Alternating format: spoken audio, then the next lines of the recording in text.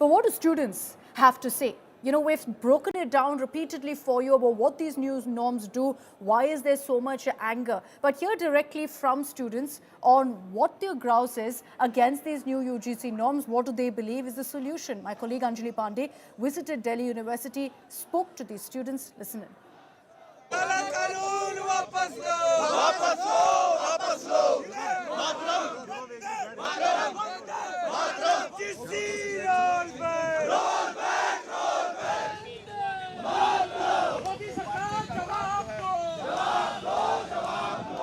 Campuses are boiling. The University Grants Commission's new regulations promoting equity in higher education campuses has triggered protests across the country.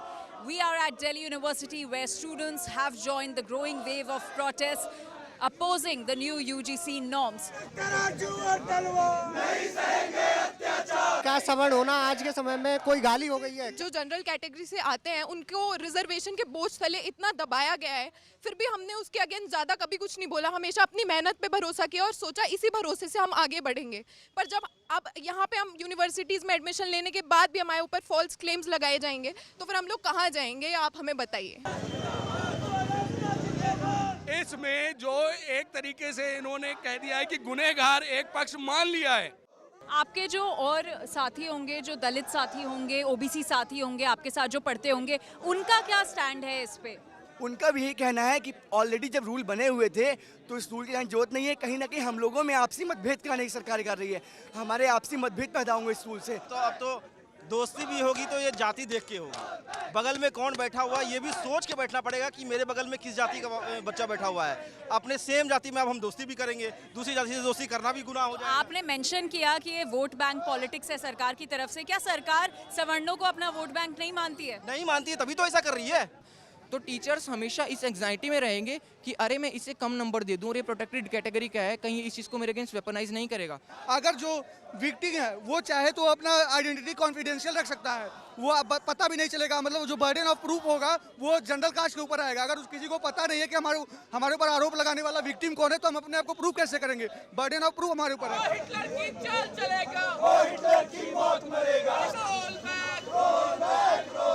जब से ये regulations आए हैं effect में, तब से कोई चेंजेस आए हैं यूनिवर्सिटी के माहौल में? स्टूडेंट्स के जो स्टूडेंट्स हैं वो अपने आप को इनसिक्योर महसूस करते हैं। नियमों में ये लिखा गया है एक्सप्लिसिटली और इम्प्लिसिटली। अब इम्प्लिसिटली का मतलब क्या? अगर मेरा कोई दोस्त नहीं है, वो कोई और जाति से है, मान लिया जाए SC ST OBC से, अगर मैंने उससे हाथ नहीं मिलाया तो इम्प्लिसिटली वो समझ लेगा कि भाई ये मेरे साथ जातिवाद हुआ है। I don't say it should roll. I don't say roll back. Okay, I will say that certain detailed definition and the punishment and the legal sanctity, if you bring that, even a false complaint will be punished. I don't think that there will be any problem. There are also some professors, some students who are not opposing the norms and who feel that these norms were the need of the hour. I find it very difficult right now in the country to understand why there should be any protest against an act which wants to stop discrimination. Why is it being presumed that the general category is at fault in any case of caste discrimination? This is because of the social structure in which you live. I mean, if you will have an act to stop dowry, what will you do? Is it against all husbands? जो भेदभाव की बात की गई वो जातिगत भेदभाव की बात की गई, और जो जनरल कैटेगरी में बच्चे आते हैं वो ज़्यादातर सवर्ण समाज के बच्चे आते हैं। उनके अंदर एक कास्ट प्राइड की भावना है, जिसके तहत वो अदर कास्ट या तथा कथित जिनको उन्होंने छोटी कास्ट समझा है उस आधार पर उनको डिह्यूमनाइज्ड करते हैं, उनको अपमानित सा फील करा देते हैं। भले ही वो सीधे तौर पर ना कहें, लेकिन वो खुद को अरे मैं तो ब्राह्मण हूँ या मैं तो फला जाति से आता हूँ, लेकिन फिर भी मैं इक्वलिटी रखता हूँ, ऐसा एक्सप्लेन करने या ऐसे कहने की आवश्यकता क्या होती है? और ऐसा कहे कि सामने वाले को कहीं ना कहीं आप डिह्यूमनाइज्ड फील कराते हैं कि वो आपसे कहीं ना कहीं नीचे है।